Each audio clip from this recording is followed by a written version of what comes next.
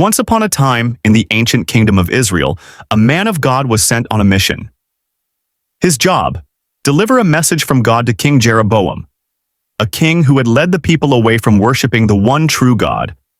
The prophet stood before the king and declared, "This altar you've built for false gods, it will be torn apart." And right then, the altar cracked and split in two, just as he said. The king, furious, pointed at the prophet and shouted for his guards to seize him, but the moment he raised his hand, it froze, completely withered.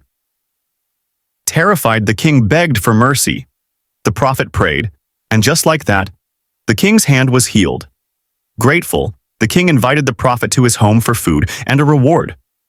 But the prophet refused. God had given him strict instructions: don't eat or drink anything in this place, and don't return the way you came. So the prophet turned and headed home a different route. Now, here's where things take a twist. An old prophet living nearby heard what happened. He tracked down the man of God and invited him to his house for a meal. The man of God said, "I can't. God told me not to eat or drink here."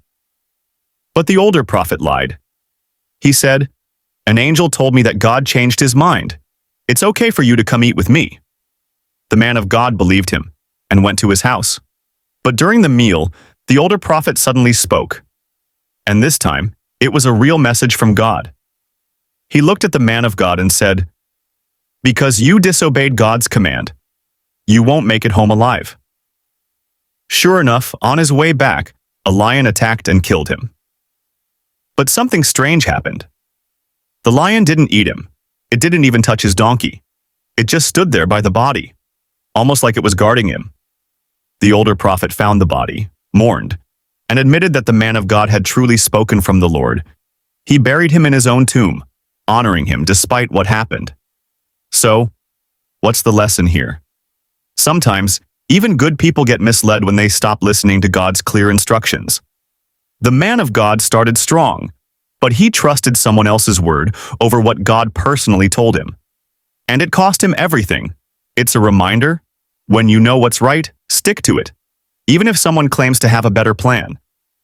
Some voices may sound convincing, but the truth?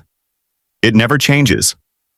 What would you do if someone tried to convince you to go against what you knew was right?